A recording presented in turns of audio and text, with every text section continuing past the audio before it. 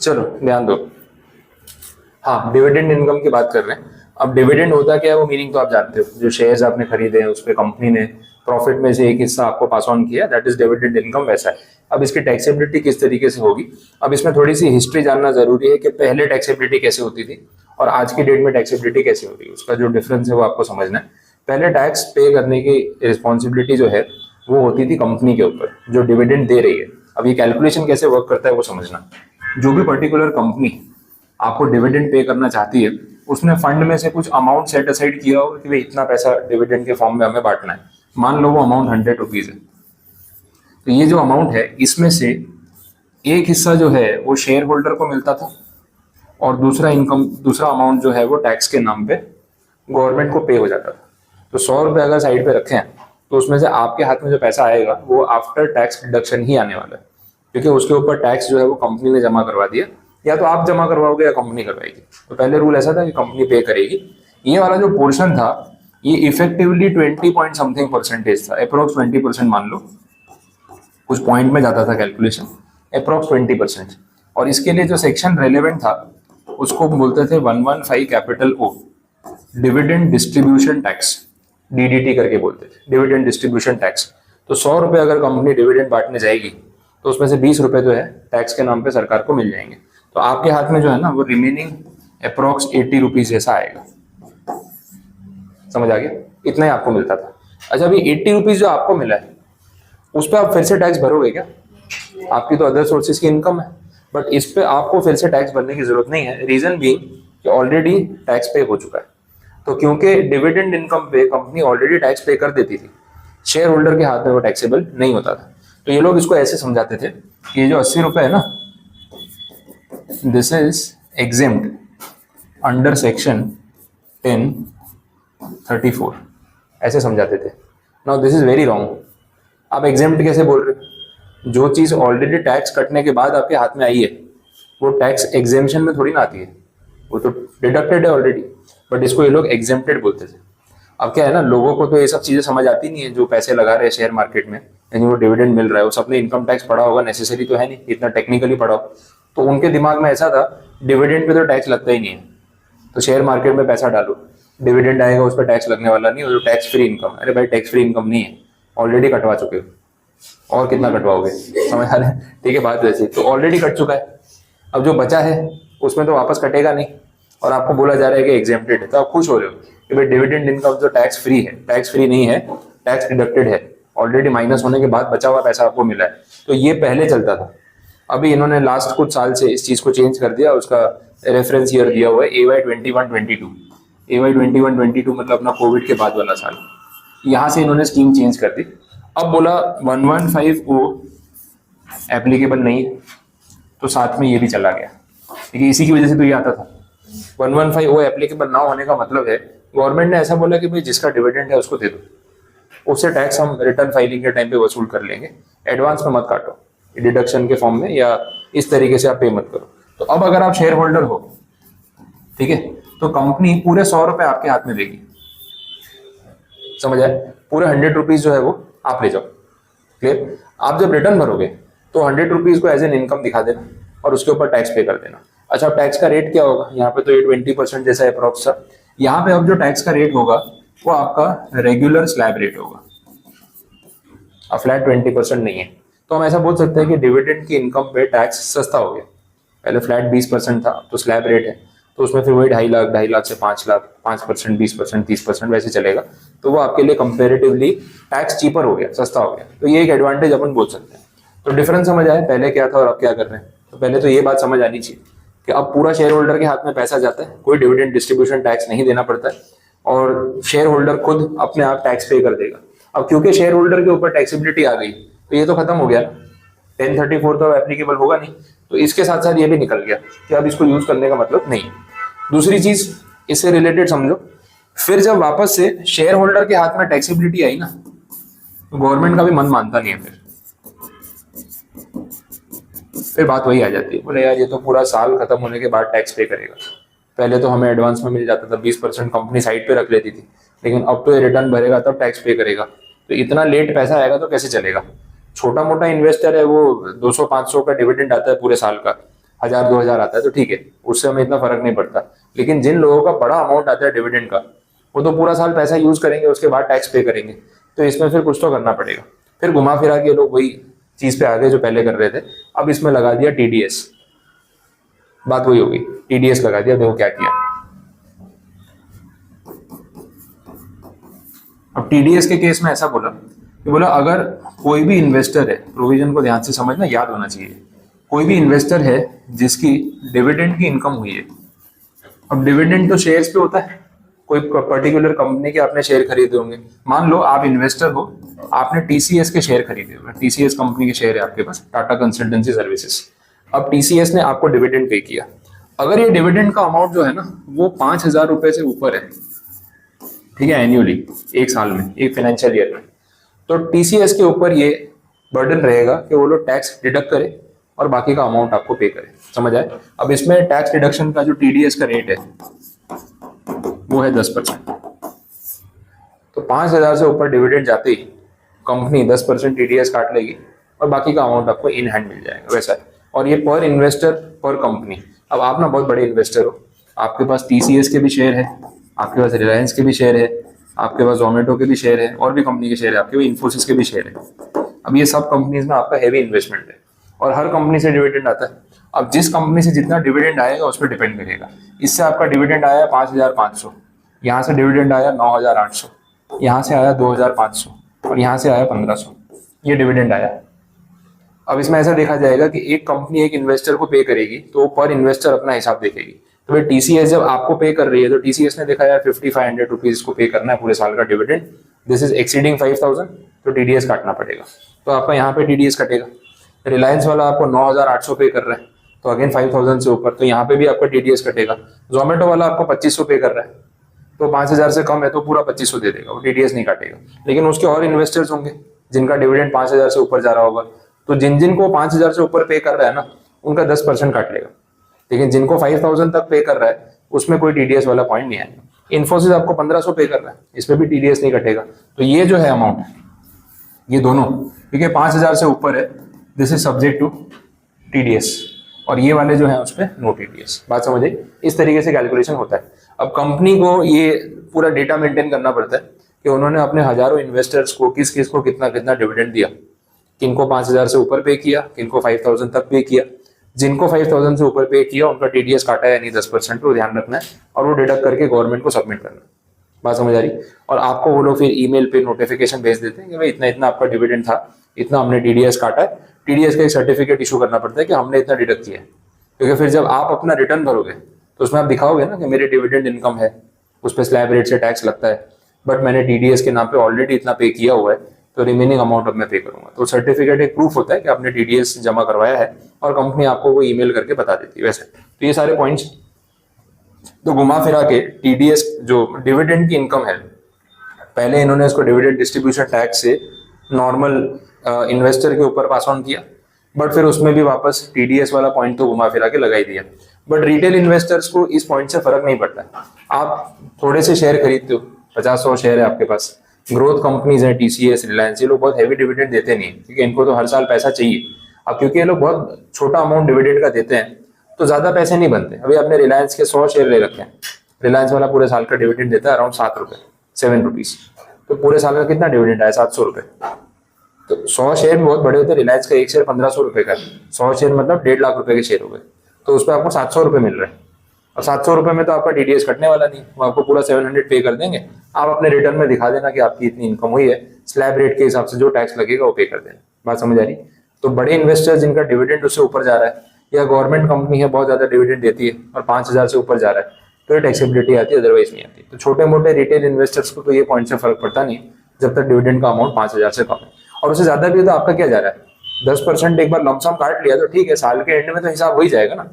अब ये जो 10% की बात कर रहा हूँ ना, ये जो है this is a lump sum rate, इसको ऐसे बोलेंगे, ये लमसम रेट है। लमसम रेट इसलिए बोल रहा हूँ कि डिविडेंड की इनकम पर टैक्स का रेट क्या है, कैसे टैक्सेबल होता है, हमने देखा स्लैब रेट, आपका जो स्लैब रेट लगता होगा वो, तो फिर ये 10% और स्लैब रेट कंफ्यूज करेगा कि अभी तो बोला स्लैब रेट, अभी 10% लगा रहे हैं। ये एक रिप्रेजेंटेशन के लिए सिंबॉलिक रेट है, एक बार के लिए कुछ तो डिडक्शन कर लो ताकि लास्ट में समझ में तो आए कि हाँ भाई इतना डिविडेंड इसको मिला था।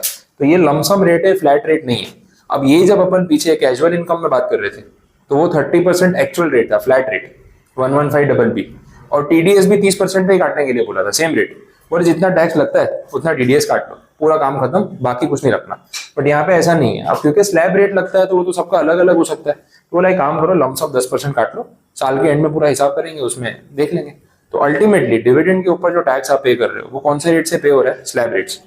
लेकिन जब टीडीएस काटने की बात आती है तो एक लमसम रेट चाहिए होता है, कुछ एक सिंबॉलिक रेट चाहिए होता है। तो 10% रखा है उन्होंने। ये 5% होता तो भी कोई फर्क नहीं पड़ता और 50% होता तो भी फर्क नहीं पड़ता, क्योंकि eight the end of the year जब हिसाब करते तो आपका टैक्स जो जाता वो तो स्लैब रेट पे ही जाता। कम पे किया है तो और मांग लेंगे, ज्यादा पे किया है तो रिफंड कर देंगे। तो हिसाब तो स्लैब रेट के हिसाब से ही at the end of the year चलने वाला है। बात क्लियर है, समझ आ गया। तो डिविडेंड का जो सिस्टम है आज करंटली इस तरीके से वर्क कर रहा है कि डिविडेंड डिस्ट्रीब्यूशन टैक्स जो है वो हटा दिया, तो एग्जेम्पशन वाला पार्ट चला गया। इन्वेस्टर को अपनी इनकम के ऊपर खुद स्लैब रेट से टैक्स भरना है।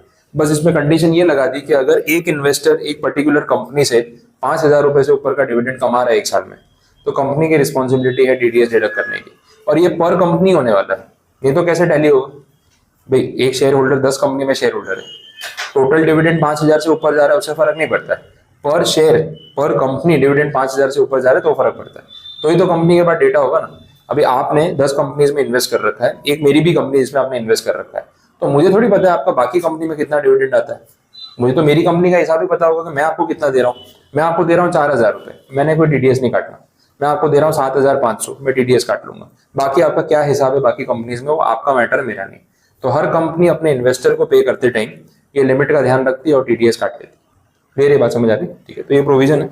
This is mainly about dividend. अब कैलकुलेशन वाला पार्ट तो मैंने आपको बता दिया, वहां तक तो बात चलो फिर भी सिंपल है। लेकिन डिविडेंड का प्रोविजन यहाँ खत्म नहीं होता है, डिविडेंड का प्रोविजन यहाँ से शुरू होता है, ऐसे बोल सकते हैं। Reason being what is dividend, ये डिफाइन करना बाकी है, उसका रीजन है। और ये जो प्रोविजन है ना, ये हमारी हरकतों की वजह से ही बनते हैं। देखिए हम क्या टैक्स बचाने का इतना दिमाग लगाते हैं तो गवर्नमेंट फिर एक एक सेक्शन बनाती जाती है, अच्छा तुम ऐसे टैक्स चोरी करोगे एक प्रोविजन और बना दो, फिर वैसे टैक्स चोरी करोगे दूसरा प्रोविजन बना दो। तो ये जो प्रोविजन हम पढ़ने जा रहे हैं ये कहीं ना कहीं कंपनीज की हरकतों की वजह से ही है, जो टैक्स बचाने की कोशिश वो लोग कर रहे थे वैसा।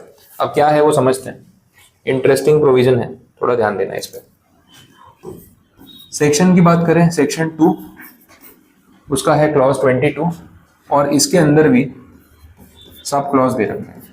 अब सेक्शन 2 का सब सेक्शन 22 बोल लो तो इसमें फिर ये क्लॉजेज हो जाएंगे, ए से लेके ई तक 5 क्लॉजेज हैं। ये है डिविडेंड की डेफिनेशन। हम तो डिविडेंड का सिंपल मीनिंग निकाल रहे थे, भाई कंपनी अपने प्रॉफिट में से एक हिस्सा शेयर होल्डर को देती है, दैट इज डिविडेंड।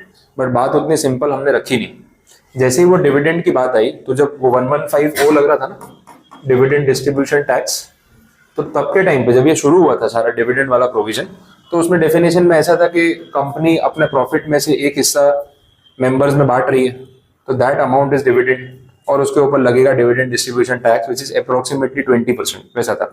बट वहां पे लिखा था कि dividend in terms of money, पैसों के टर्म्स में। कंपनी वालों ने तुरंत दिमाग लगाया, बोले यार ये 20% से बचने का कोई रास्ता है क्या? बोले सर सेक्शन में ऐसा लिखा है कि अगर डिविडेंड पैसों के टर्म्स में दिया तो उस पर लगेगा डिविडेंड डिस्ट्रीब्यूशन टैक्स। बट अगर हम पैसों के टर्म्स में ना दे, तो इन काइंड पे कर दे, तो हम इस प्रोविजन को बाईपास कर सकते हैं। तो क्या होगा ना, 20% बच जाएगा और कंपनी का बचेगा, शेयर होल्डर का बचेगा, सबके पैसे बच रहे हैं ना, अल्टीमेटली हमें सरकार को कुछ नहीं देना पड़ेगा। तो ये दिमाग सबने लगाया और फिर क्या शुरू किया पता है, बोला डिविडेंड है ना रुपीज में मत दो, पैसों में मत दो, उसके बदले कुछ गुड्स दे दो।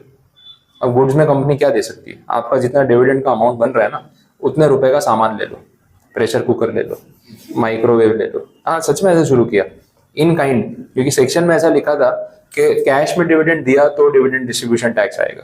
तब सरकार ने भी नहीं सोचा होगा कि कंपनियां डिविडेंड के नाम पे प्रेशर कुकर बांट रही होगी, ऐसा सोचा नहीं होगा। कंपनी वाले बोले हमको तो 20% बचाना है, पूरे साल का 1 करोड़ रुपए डिविडेंड बांटते हैं तो 20 लाख रुपए का फर्क पड़ता है, तो 20 लाख सरकार को दे दे, इससे अच्छा अपने इन्वेस्टर्स को दे, वो भी खुश हो जाएंगे। और नुकसान क्या है, आपका 5,000 का डिविडेंड बनता है, 5,000 के बदले क्या चाहिए, 5,000 रुपए का सामान ले लो। बोला एक माइक्रोवेव लेना ही था, एक काम करो मेरे को माइक्रोवेव दिला दो।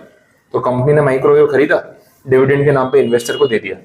बोले सर हमने कैश डिविडेंड दिया ही नहीं, हमने तो माइक्रोवेव दिया है, उसके ऊपर टेक्निकली कोई डिविडेंड डिस्ट्रीब्यूशन टैक्स लगता नहीं है, बच गए ना 20%। नहीं तो ये 5,000 में से 1,000 तो सरकार को चले जाते। तो इस चीज को रोकने के लिए कंपनीज ने ये दिमाग लगाना शुरू किया। गवर्नमेंट ने बोला अच्छा ज्यादा स्मार्ट बन रहे हो तुम लोग, कोई प्रॉब्लम नहीं, एक डेफिनेशन बना देते हैं।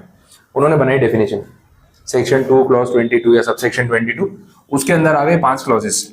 ये पांचों क्लॉज में सारा इलाज कर दिया। अब बोला डिविडेंड अगर इन नाम से दिया गया तो भी वो डिविडेंड माना जाएगा, फिर वो कैश में हो, काइंड में हो, शेयर्स में हो, डिबेंचर्स में हो, इन काइंड। तो कौन कौन से नाम से दिया गया पैसा या प्रोडक्ट डिविडेंड माना जाएगा, वो ये डेफिनेशन में क्लियर किया। अब सबसे पहले अपने को क्लॉज वाइज चलना है। पहला जो क्लॉज है ना, ए वाला, A for asset not Apple, ठीक है, ध्यान रखना। तो ए फॉर असेट है यहाँ पे। अगर कंपनी ने पैसों के बदले कोई असेट दे दी तो भी वो डिविडेंड में कवर होगी। जो प्रेशर कुकर माइक्रोवेव वाली बात आपको बता रहा हूँ, वो चीज यहाँ पे कवर हो गई। तो जो भी गुड्स बांटे गए उसकी मार्केट वैल्यू देखी जाएगी, market value not actual purchase cost. तो प्रेशर कुकर बांटा, माइक्रोवेव बांटा, मोबाइल फोन बांट दिया, तो उसकी मार्केट वैल्यू क्या है? वो मार्केट वैल्यू जो है वो डिविडेंड के बराबर है। तो उसको भी डिविडेंड ही ट्रीट किया जाएगा और उस पर भी टैक्स लगेगा। अब पहले डिविडेंड डिस्ट्रीब्यूशन टैक्स लगता था, तो 20% कंपनी को अपनी जेब से पे करना पड़ेगा। अब जो है वो स्लैब रेट लगता है, तो इन्वेस्टर खुद पे करेगा। तो कोई कंपनी से उसको इन काइंड अगर डिविडेंड आ रहा है तो भी उसके ऊपर टैक्सेबिलिटी तो लगेगी, उससे आप बच नहीं सकते। ये पॉइंट क्लियर किया। अब देखो डायरेक्टली काम की बात समझ लो। जो ए क्लॉज दे रखा है आपको वो पढ़ के देखो, ऊपर की स्टोरी तो मैंने बता दी। ए क्लॉज में क्या बोला है? It may be noted these payments may not be covered as dividend under companies act. वो लाइन का रेफरेंस नहीं के ऊपर से पढ़ना है। Any distribution if such distribution entails the release of all और any part of the assets of the company, such accumulated profits are distributed in cash or in kind। Cash हो के काइंड हो कोई फर्क नहीं पड़ेगा। For in kind distribution the market value of the asset shall be deemed dividend in the hands of the share holders. मतलब ये short पैसा कंपनी जो डिविडेंड दे रही है वो कैश में दे सकती है, काइंड में दे सकती है। अगर काइंड में दे रही है, जैसे गुड्स या आर्टिकल्स हो गए, तो उन गुड्स या आर्टिकल्स की मार्केट वैल्यू देखी जाएगी और उसको डिविडेंड के बराबर माना जाएगा। अब ये मार्केट वैल्यू से क्या फर्क पड़ता है, मैं क्यों इतना उस पर स्ट्रेस दे रहा हूँ वो समझो। अब जैसे मैंने आपको बोला सबको मोबाइल फोन दे दिए,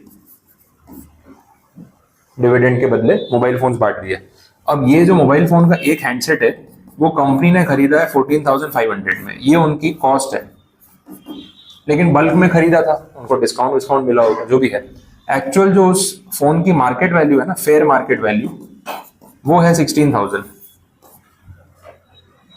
ठीक है। तो अब यहाँ पे जो फोन आपको दिया उसमें डिविडेंड का एलिमेंट कितना माना जाए, 14,500 या 16,000? 16,000 मार्केट वैल्यू बोलिए, एक्चुअल परचेज कॉस्ट नहीं बोलिए। तो मार्केट वैल्यू का एक स्टैंडर्ड अमाउंट हो गया। परचेज कॉस्ट को फिर आप मैनिपुलेट कर सकते हो।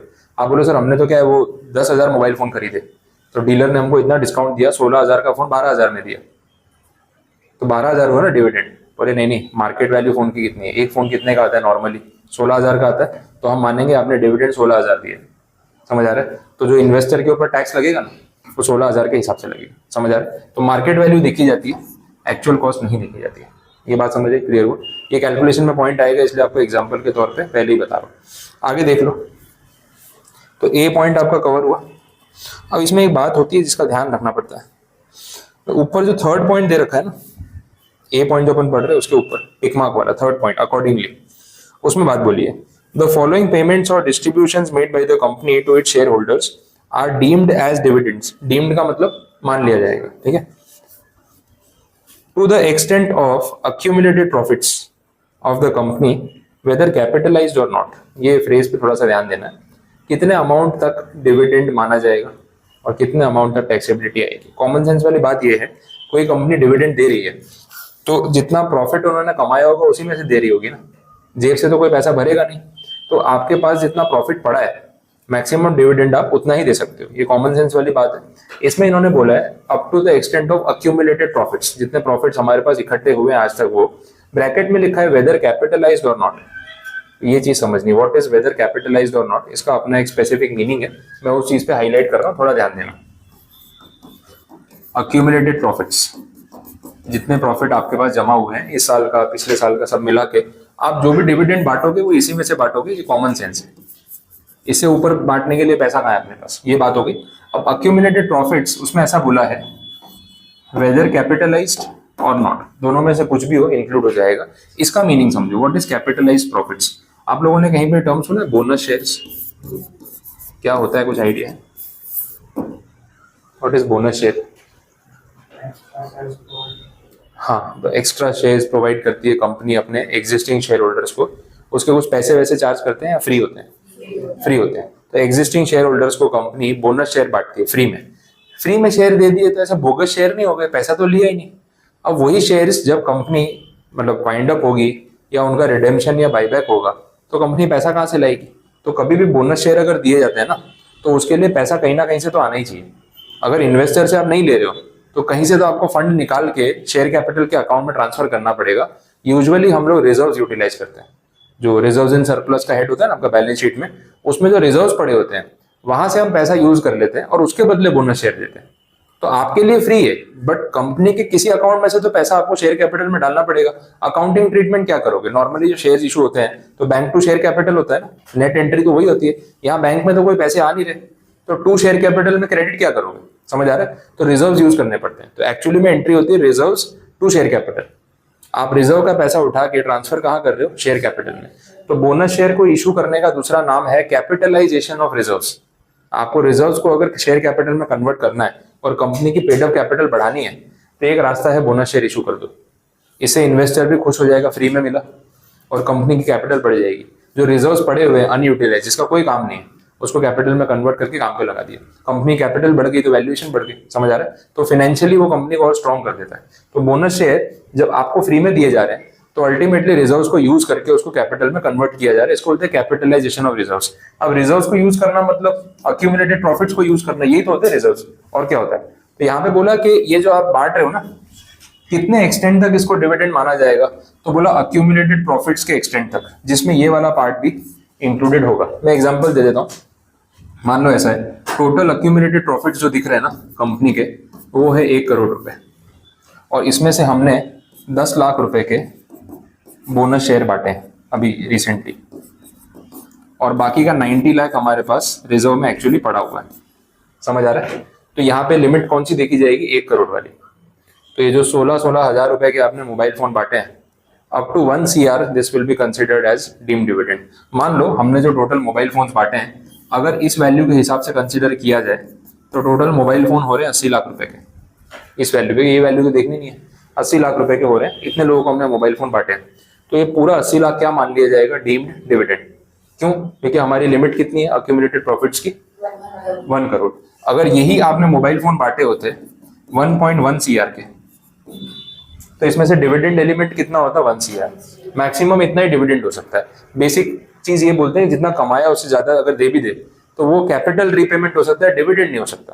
प्रॉफिट में से जो दूंगा वो डिविडेंड है, उससे ज्यादा ऊपर का जो 10 लाख दिया है ना, वो तो लगाई हुई कैपिटल ही वापस कर दी ना, वो कैपिटल रीपेमेंट माना जाएगा, उसको डिविडेंड नहीं मानेंगे। तो इस पे आउट पे ये लिमिट एप्लीकेबल होती है, और ये लिमिट में हम ये पोर्शन इंक्लूड करते हैं। ये बात समझ आ रही? तो ये वहां पे लिखा हुआ है, इसको अंडरलाइन करके रखो। Up to the extent of accumulated profits whether capitalised और नॉट।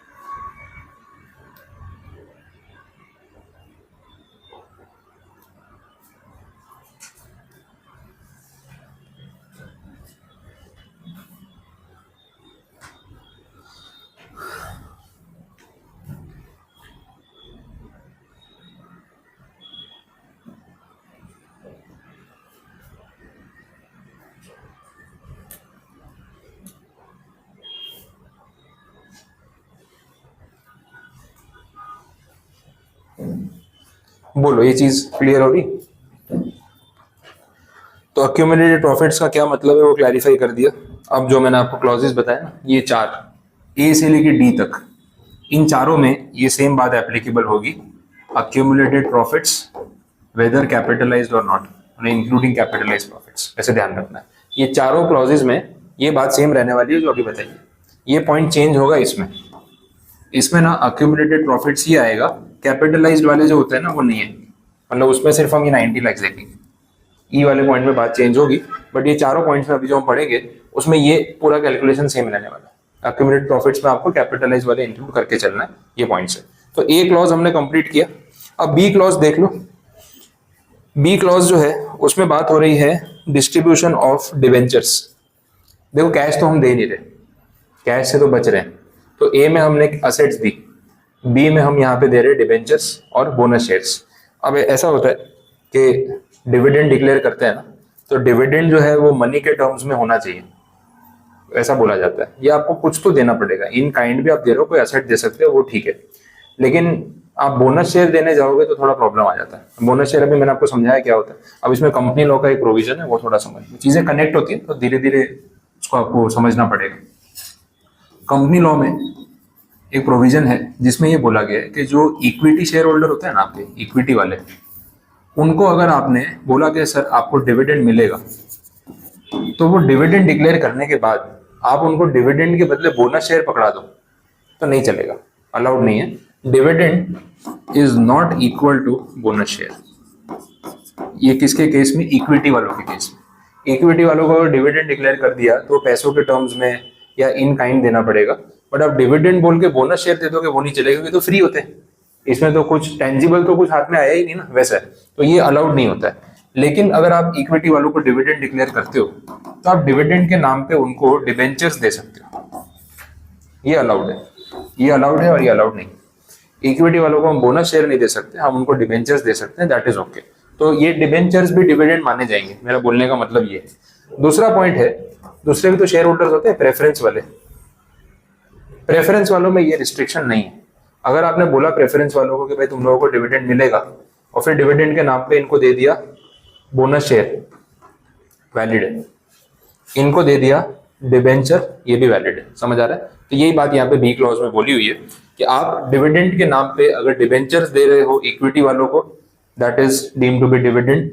अगर आप प्रेफरेंस वालों को डिबेंचर या बोनस शेयर दे रहे हो वो भी डिविडेंड है, और उसके ऊपर पे फिर जो टैक्सेबिलिटी है वैसे ही आएगी जैसे कैश डिविडेंड पे आती है। ये बात क्लियर की। अब बी वाला क्लॉज पढ़ के देख लो, जो मैंने बोला वो आपके सामने लिखा हुआ है, टैली कर लो, फिर आगे बढ़ते हैं।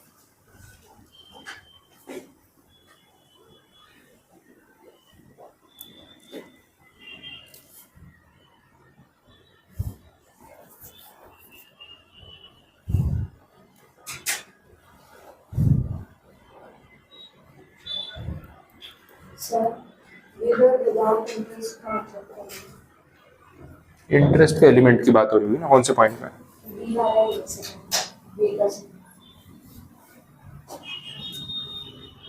हाँ, मतलब उन डिबेंचर्स पे आपको इंटरेस्ट मिलेगा या नहीं मिलेगा उस बात से कोई फर्क नहीं पड़ता। डिबेंचर से तो फिर इंटरेस्ट भी तो होगा, आपको डिबेंचर दे दिए डिविडेंड के बदले, आपके हाथ में क्या है? डिबेंचर सर्टिफिकेट, डिबेंचर्स पे नॉर्मली इंटरेस्ट मिलता है। और यहाँ पे अगर ऐसा बोला इंटरेस्ट फ्री डिबेंचर्स हैं तो भी कोई फर्क नहीं पड़ता। अगर यहाँ बोला कि नहीं इस पर आपको इंटरेस्ट भी मिलेगा तो भी कोई फर्क नहीं पड़ता, दैट इज इररिलेवेंट। बाकी देख लो।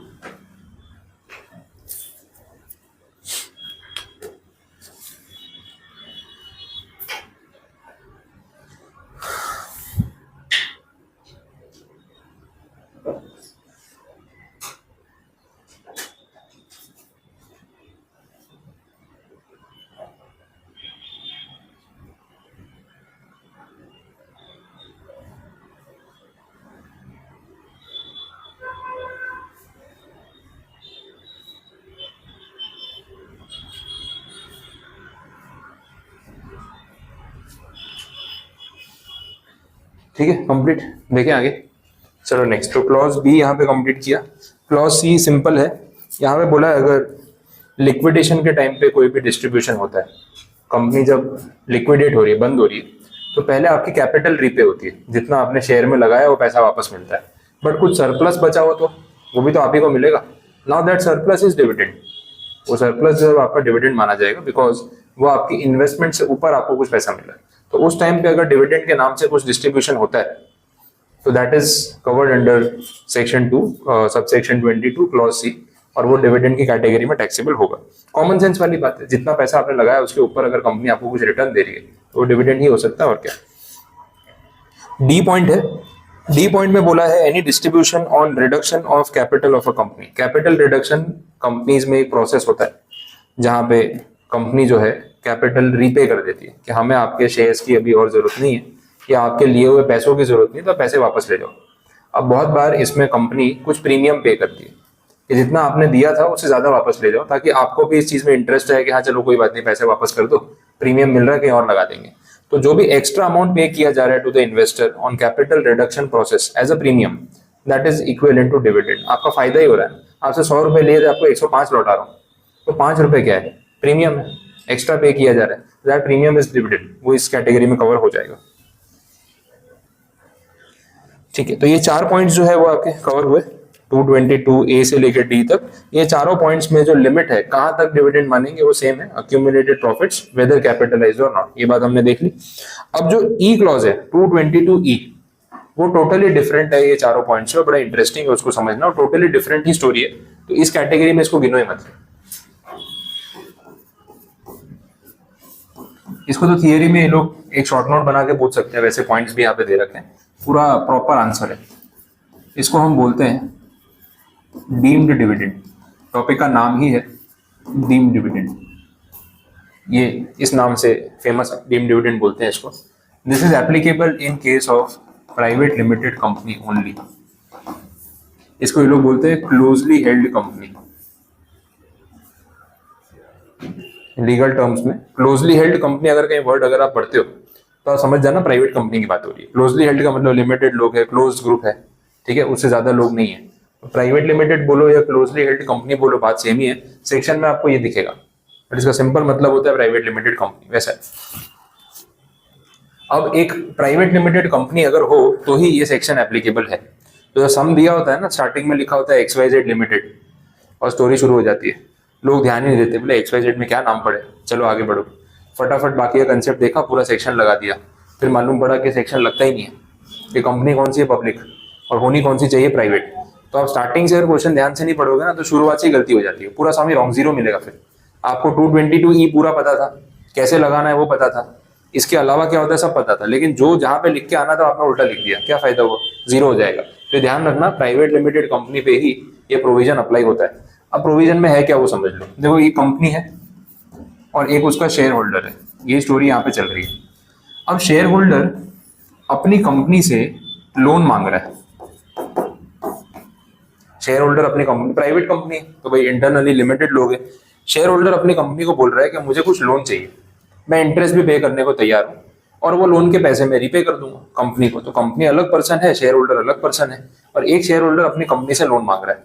अच्छा, अगर वो लोन लेता है तो डिपार्टमेंट उसको लोन की नजर से नहीं देख रहा, डिपार्टमेंट ऐसा एलिगेशन लगा रहा है कि यार ये आप है ना कुछ घपला कर रहे हो, ये लोन नहीं है, ये डिविडेंड है। बोले सर डिविडेंड नहीं है, मैं लोन के नाम से पैसे ले रहा हूँ। बोले हम कैसे मान ले, आपको तो टैक्स बचाना है क्योंकि डिविडेंड पे टैक्स लगता है। तो आप क्या कर रहे हो, आप अपनी प्राइवेट कंपनी से पैसा उठा रहे हो लोन के नाम पे, बट एक्चुअली में आप डिविडेंड ही क्लेम कर रहे हो। बट क्योंकि आप अगर उसको डिविडेंड का नाम दोगे तो टैक्स लग जाएगा, तो आप हमें ये दिखा रहे हो कि मैं तो कंपनी से उधार ले रहा हूँ। क्या भरोसा आप सच में उधार ले रहे हो, कभी ये पैसे लौटाओगे कि नहीं लौटाओगे। तो हमें इस पे डाउट है, इसलिए हम इस ट्रांजेक्शन को डिविडेंड मान लेंगे, इसको क्या बोलेंगे, डीम्ड डिविडेंड। अगर ये नहीं किया तो डिविडेंड वाले टैक्स का फिर जो है प्रॉब्लम होगा।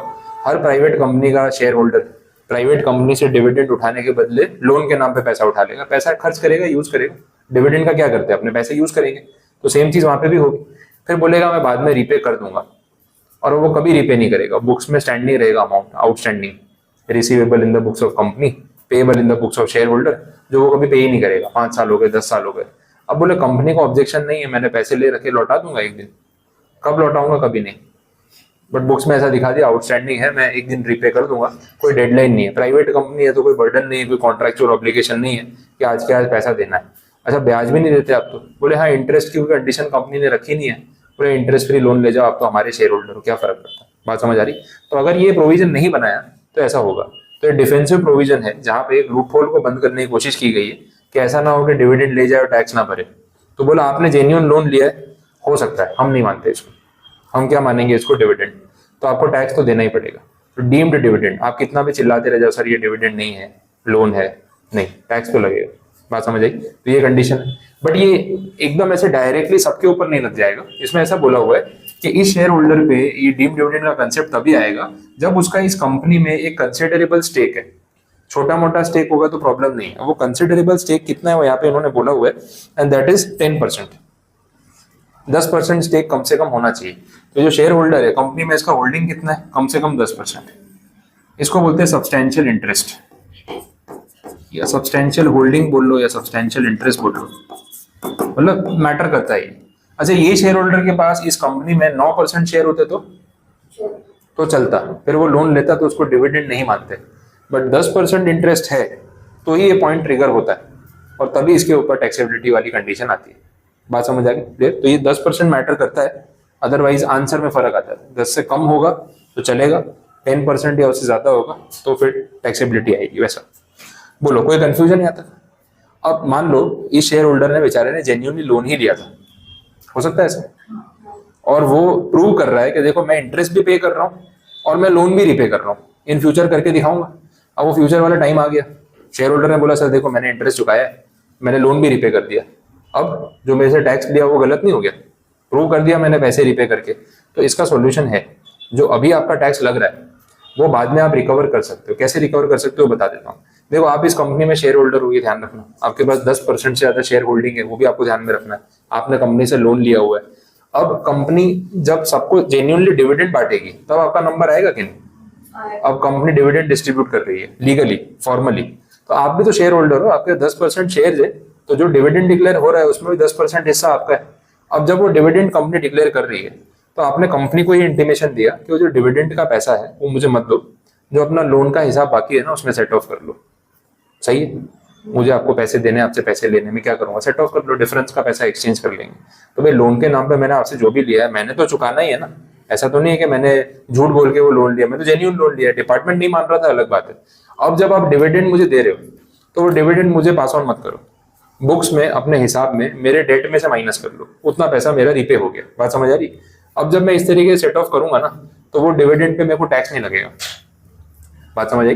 नॉर्मल केस में क्या होता है, अगर कंपनी शेयर होल्डर को डिविडेंड दे टैक्स लगता है कि नहीं लगता? तो अभी जो आपने डिविडेंड डिक्लेयर किया है अगर मैं आपसे एक्सेप्ट कर लूं तो मुझे उस पर टैक्स देना पड़ेगा।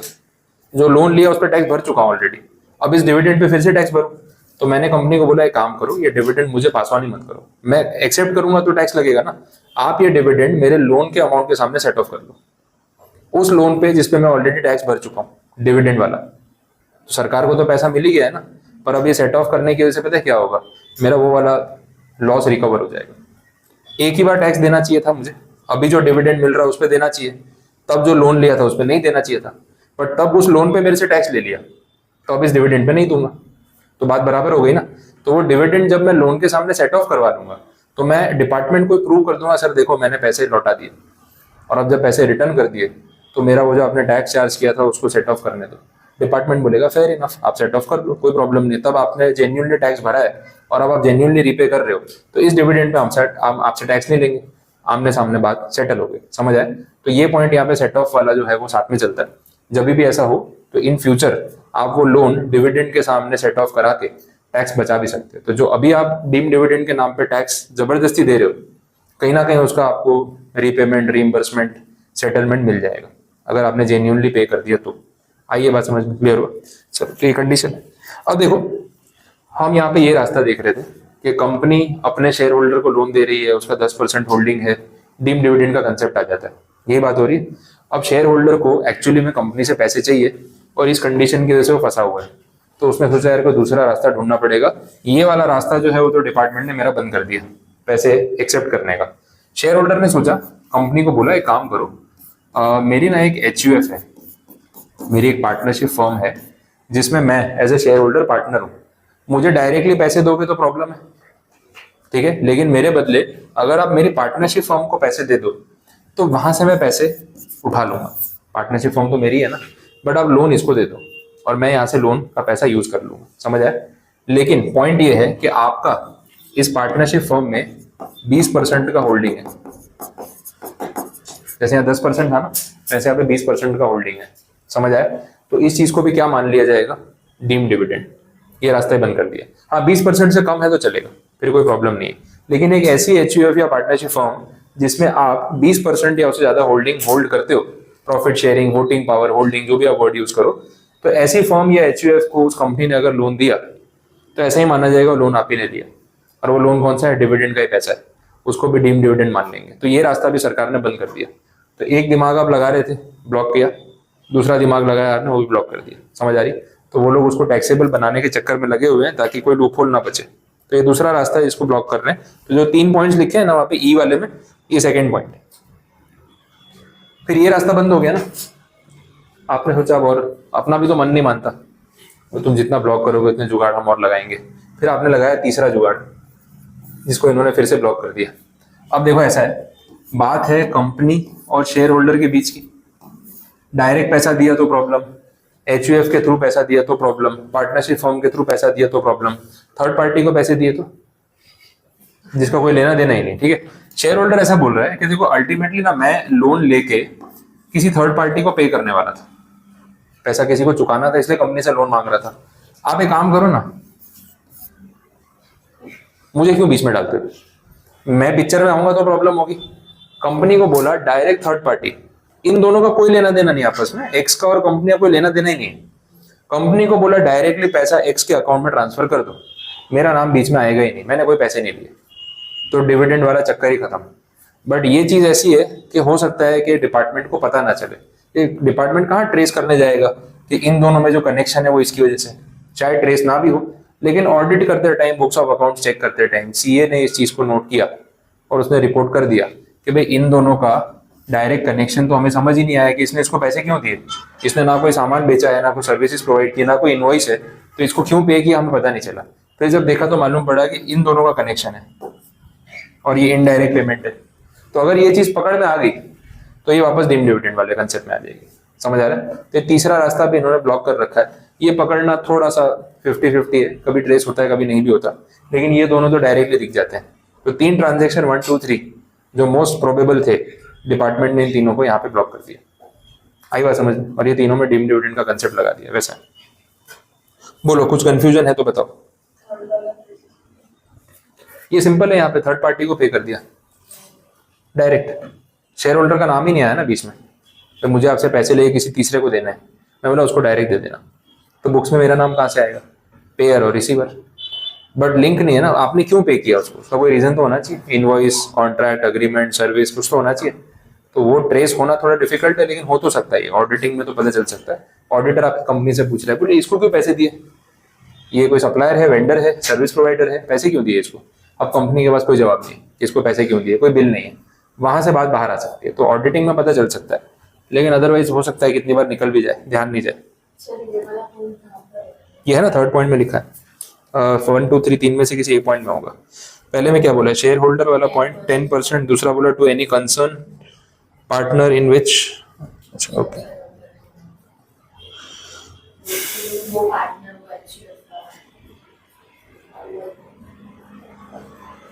और टू एनी कंसर्न में गिन सकते हैं ना थर्ड पार्टी को भी। लैंग्वेज में मैं देख लेता हूँ कहाँ लिखा हुआ है।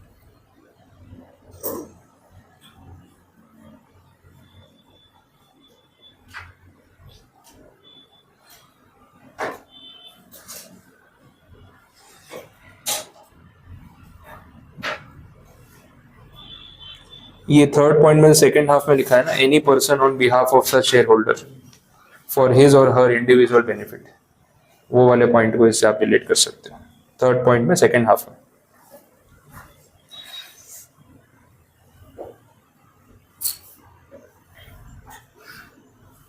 बोलो, कंडीशन समझ आई, क्लियर है? अब जो deem dividend does not include बोला है, उसमें पहला पॉइंट मैंने आपको बता दिया वो सेट ऑफ वाला, कि अभी तो लोन को डीम डिविडेंड मान लिया, बाद में जब सच में डिविडेंड दे रही थी कंपनी तो मैंने एक्सेप्ट नहीं किया, मैंने सेट ऑफ कर लो, ठीक है? तो वो चीज बाद में सेट ऑफ हो जाएगी, मैंने आपको स्टोरी बता दी। उसके बाद जो सेकंड पॉइंट है उसमें बोला है, अगर कोई ट्रेड एडवांस दिया जाता है, अब बिजनेस होता है तो उसमें एडवांस मांगते हैं ना, तो भाई ऑर्डर दे रहे हो तो एडवांस पैसे दे दो, वो एडवांस पैसा यहाँ पे डीम डिविडेंड नहीं, वो तो अंडरस्टूड है कि बिजनेस में एडवांस दिया गया क्योंकि आगे फिर गुड सप्लाई करने, उसके लिए बिजनेस एडवांस है, दैट इज ओके।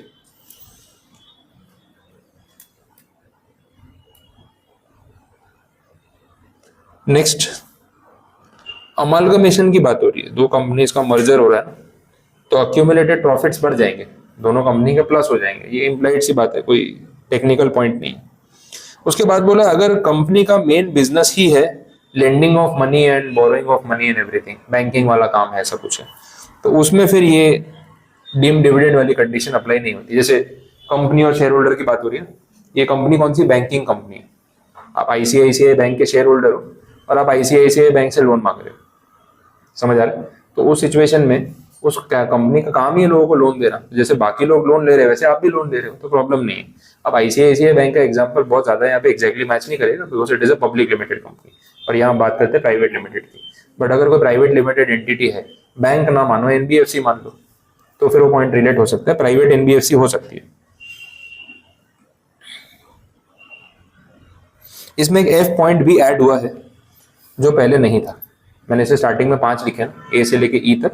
एफ वाला अभी आपके फाइनेंस एक्ट में आया 2024, ठीक है, तो ये एकदम लेटेस्ट पॉइंट है। Any payment by a company on purchase of its own shares from a share holder in accordance with the provision of section 68 of the companies act, buyback की बात हो रही है।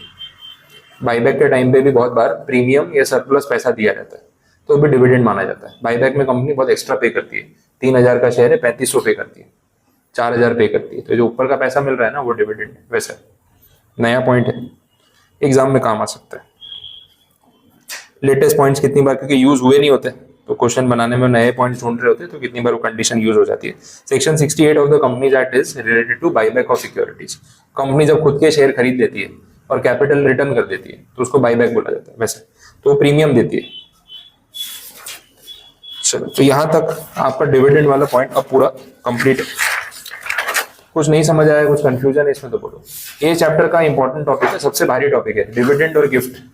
डिविडेंड तो आपने ये पढ़ ही लिया, आपको पता चला होगा, टेक्निकली थोड़ा सा हैवी है, काफी पॉइंट्स है ध्यान रखने को। अब ये घर जाके आप पूरा पढ़ोगे तो आपके दिमाग में पूरी पिक्चर बैठेगी, जैसे मैंने समझाई। स्टार्टिंग में मैंने बोला डिविडेंड क्या है, डिविडेंड पे टैक्सेबिलिटी पहले कैसे होती थी, अब कैसे, कहाँ टीडीएस लगता है कहाँ नहीं लगता है वो देखा। फिर हमने देखा डिविडेंड में क्या क्या आता है, तो लोग कैश के बदले दूसरे दिमाग लगाते हैं, तो इसलिए गवर्नमेंट ने डेफिनेशन बना दी। अब सेक्शन 2 क्लॉज 22 सब सेक्शन 22 में 6 क्लॉजेज है, ए से लेके एफ तक, उसमें क्या क्या चीजें कहाँ कवर होती है वो हमने देखा।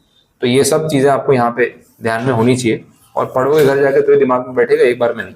और इस चैप्टर का सबसे मेजर टॉपिक है, तो एग्जाम में कहीं ना कहीं कुछ यूज हो जाए इसकी पूरी पॉसिबिलिटी रहेगी, तो एक बार देख लेना। और जितना गैप रखोगे नहीं पढ़ोगे जाके तो भूल जाओगे, फिर टाइम नहीं लगेगा। अब गिफ्ट वाला जो प्रोविजन है वो कल कंटिन्यू करेंगे, और बाकी के टॉपिक्स भी देख लेंगे कल। थियरी वाला पार्ट इस चैप्टर का कवर कंप्लीट हो जाएगा, ज्यादा कुछ है नहीं, गिफ्ट वाला लास्ट पार्ट है, उसके बाद छोटे सेक्शन ही हैं।